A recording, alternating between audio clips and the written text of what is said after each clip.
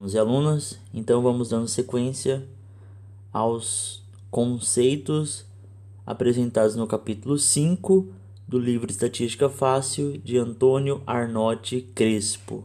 Então, na página 64, nós temos um resumo a partir dos conceitos que nós aplicamos nos vídeos anteriores. Nós temos aqui a tabela 5.8, que refere-se à tabela de distribuição de frequências. Então vamos a algumas observações nessa tabela. Primeiro nós temos a coluna I.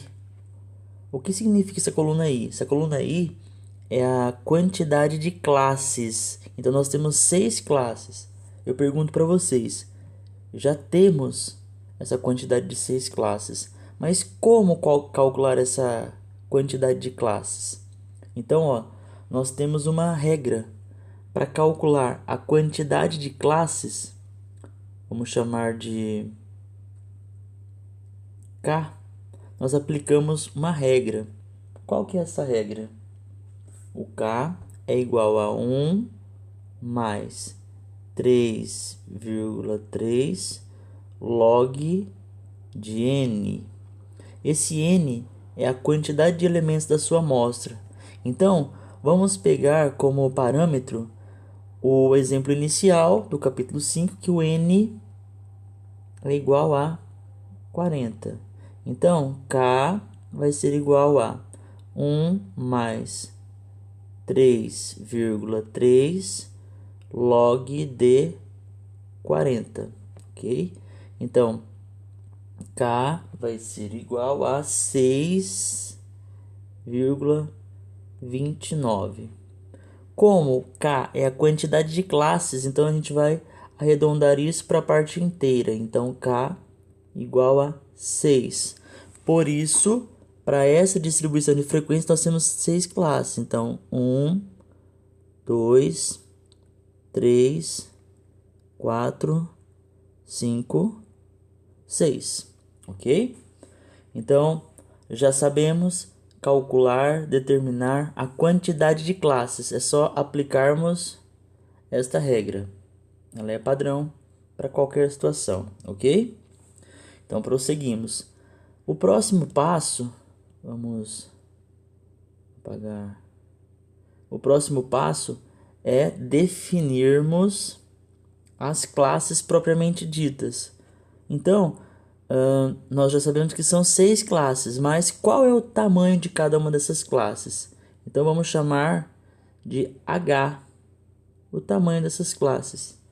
Para determinarmos o H, nós vamos pegar o AA, que nós vimos anteriormente, que é amplitude amostral, e dividir por K. O K nós acabamos de calcular, nós verificamos que ele é 6, ok? Então, dividido por K. Então, H vai ser igual a... Só relembrando, a amplitude amostral, se você voltar lá no Hall, isso aqui tem a ver com o Hall. Você vai ver que ele vai ser o maior valor, que é 173 centímetros, menos o menor valor, que é 150 centímetros. Dividido por K, que nós acabamos de calcular, que é 6. Então, H vai ser igual a 23 dividido por 6. H, arredondando esse H, nós verificamos que o H, que é a amplitude da classe, vai ser igual a 4. Por isso, nós temos o tamanho de cada classe, tamanho 4. Então, como que eu organizo essas classes? A gente vai fazer da seguinte forma. A gente pega a menor estatura, que é 150, e soma mais 4, porque o tamanho H deu 4. Então, 150 mais 4, 154. Pego o 154, passo para o limite inferior da segunda classe. Então, 154 mais 4, 158. Pego o 158, jogo para a terceira classe, 158 mais 4, 162. 162 mais 4, 166. 166 mais 4, 170. 170 mais 4, 174. Então, nós já estruturamos a quantidade de classes e as classes propriamente ditas, ok? Então, vamos prosseguir com a construção da nossa tabela. Duas colunas já conseguimos determinar. Então, a próxima coluna é a chamada da coluna frequência absoluta. Como que eu determino os elementos da frequência absoluta? A gente vai fazer o seguinte. Vou apagar aqui também. A gente vai observar o Hall. Então, a frequência absoluta tem a ver com o Hall. E a gente vai fazer a seguinte pergunta. Nessa primeira classe, quantos elementos lá do Hall existem entre 150 e 154? Sendo que eu considero 150 e não considero 154. Então, nesta primeira classe, a gente vai contar a quantidade de estaturas de 150 até 153. Então, contando, a gente vai verificar que tem 4 estaturas. A próxima, a gente vai contar quantas estaturas tem entre 154 e 158, considerando 154 e não considerando 158, ou seja, de 154 até 157. Então, lá no Hall, a gente vai contar 9 estaturas. E assim sucessivamente. Eu vou verificar que na terceira classe tem 11 elementos, na quarta 8 elementos, na quinta 5 elementos e na sexta 3 elementos. Se eu somar todos os elementos da frequência absoluta, a gente tem que encontrar o n, que é o total de elementos da amostra. Ok? Então, próxima coluna, o xi.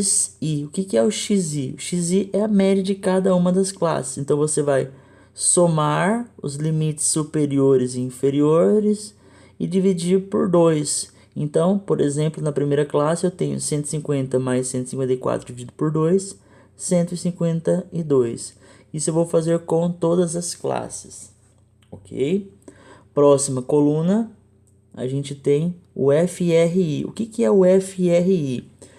O F minúsculo RI eu calculo a partir do quociente, ou seja, a divisão da frequência absoluta dividido pelo somatório de FI ou o N, que é igual a N. Então, por exemplo, na primeira classe, só para nós entendermos, eu tenho o FR1. A gente vai pegar a frequência absoluta da primeira classe, a frequência absoluta é 4, e dividir pelo N, que é 40. Então, dividindo 4 por 40, eu tenho um FR1, a frequência relativa da primeira classe, com 3 casas decimais, 0,100. Tá aqui, ó, 0,100. Eu vou fazer isso para todos os elementos. Eu pego a segunda classe, divido 9 dividido por 40, vai dar 0,225. Próxima classe, 11 dividido por 40, vai dar 0,275 e assim sucessivamente para todas as classes. Observação importante: ao somar a coluna da frequência relativa tem que fechar em 1, redondo, não pode ser para mais e nem para menos, ok? Próxima coluna, para que nós possamos finalizar nossa tabela de distribuição de frequência, nós temos a frequência acumulada, ou seja, o FI maiúsculo.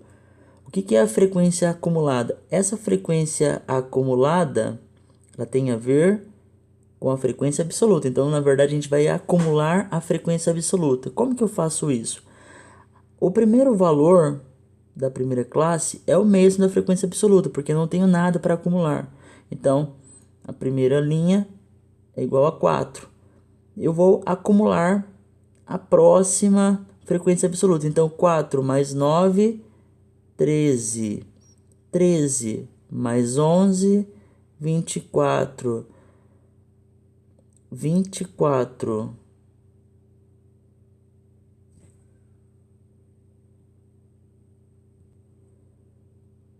mais 8, 24 mais 8, 32. 32 mais 5, 37. 37 mais 3, 40. Então, a última célula da coluna da frequência acumulada tem que ser igual a N, que é o somatório de FI. Ok? E, por fim, a coluna do FRI, a frequência relativa acumulada, ou acumulada relativa. A gente vai acumular a frequência relativa. Então, a primeira classe é o mesmo valor da frequência relativa. Então, na primeira classe, a frequência acumulada relativa e a frequência relativa é o mesmo, ok? A gente vai simplesmente acumular, ou seja, 0,100 mais a próxima frequência relativa, 0,225, a gente tem como resultado 0,325, mais 0,275, 0,600, 0,600 mais 0,200, 0,800. 0,800 mais 0,125, 0,925. 0,925 mais 0,075, 1. Redondo. Então, a gente vai fechar exatamente a última célula da frequência acumulada relativa com 1. É um exato, não pode ser para mais nem para menos. Ok? Então, dessa forma, a gente fecha a nossa tabela de distribuição de frequência com classes, né? Então, se nós retomarmos o nosso processo, a gente saiu lá daquela coleta de dados, 40 estatura de 40 pessoas, de 40 alunos, e geramos essa tabela de distribuição para apresentar de forma mais agradável ao leitor e para facilitar as nossas análises desses dados, ok? Então, eu agradeço, obrigado pela atenção, até o próximo vídeo.